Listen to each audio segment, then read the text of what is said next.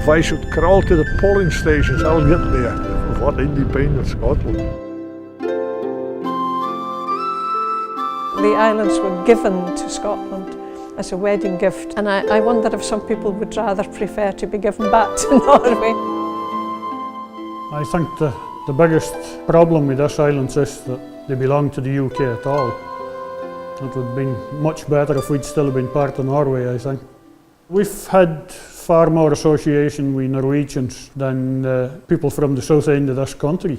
I would like to see more devolved governance for Shetland, but to separate Scotland from England in a country that's already struggling and with oil in decline now, I don't think it stands a chance.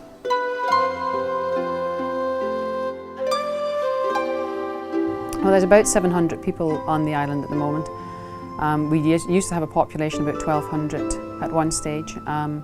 We had RAF base that was open and the airport was open, which provided a lot of jobs, and we had extra personnel on the island. And both of them are closed now, so it's just local people and anybody who's decided to come and live up here on the islands, which there is quite a few people that does come.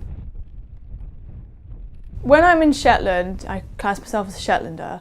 But because we've still got family down in England, Birmingham and Bristol, I would then count myself as British. If they asked me if I was Scottish, I would say, well, I'm not, I'm a Shetlander. I'm all for the Parliament getting more opportunities to do stuff within the government, but I don't want Scotland to become independent, because I think as a United Kingdom, we're a better nation than if we're separate. I don't think we can do it. I don't think it's possible. And Shetland and Orkney will definitely be voting very much the other way, I would suspect. Shetland, Orkney and the Western Isles are already meeting to look for new powers for the outer islands, and I think that would become a much louder call. Mr. Sam and his pals have this weird idea that if we become independent, we can do all these wonderful things. Well, they can't even run their own economy now. If they become independent, we say, all right, on your own. And then when Scotland's disintegrated, we'll come and pick up the pieces after a few months, I suppose. And they'll start, they want to come back, say they want to come back. No, I think independence is a remarkably silly way to go. There's just no point to it, and there's no reason for it.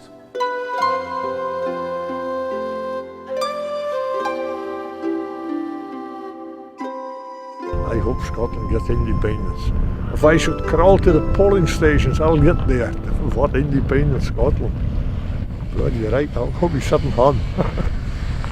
Oh, it's the best thing that ever happened. The best thing that ever happened to Scotland gets its independence. There's no question of that. Scotland would have its own say on its future, and the prospects of Scotland would be a lot better. Scotland would probably make a lot more money off oil revenue and gas. I think if you look at the position Shetland finds itself in, it's a small group of islands with a huge amount of wealth in the seas around it. And as such, it is in danger of being taken advantage of by whoever governs it. But what it sees in the arguments over independence are arguments in the far-flung areas like the southwest of Scotland that say that many of the additional costs associated with supporting the economy in the southwest can be effectively floated on a sea of oil coming from Shetland's waters. I don't think the people in Shetland particularly like that idea. And quite often I've heard when the call of it's Scotland's oil goes up, there's someone from Shetland willing to say, no, it's Shetland's oil in many cases. I mean, I've got an open mind about the referendum. I don't know that it would make a great deal of difference because we're that far from Holyrood, that far from Westminster. I don't know that it would make a great deal of difference either way. I think we'd still be banging on the table trying to get some money from either government. Very few Shetlanders see themselves as Scottish, unless of course England are playing football. Then they're Scottish. But apart from that, then I think there's Shetlanders and then British. That's how I think how most people see themselves.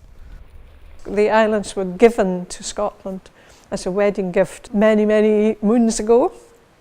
And I wonder if some people would rather prefer to be given back to Norway rather than stay as part of the UK or Scotland.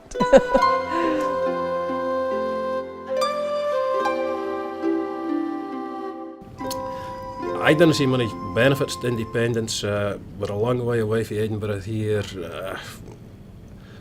It's hard to say. I would see it as just being another level government bureaucracy, which we're not really needing, I think, personally.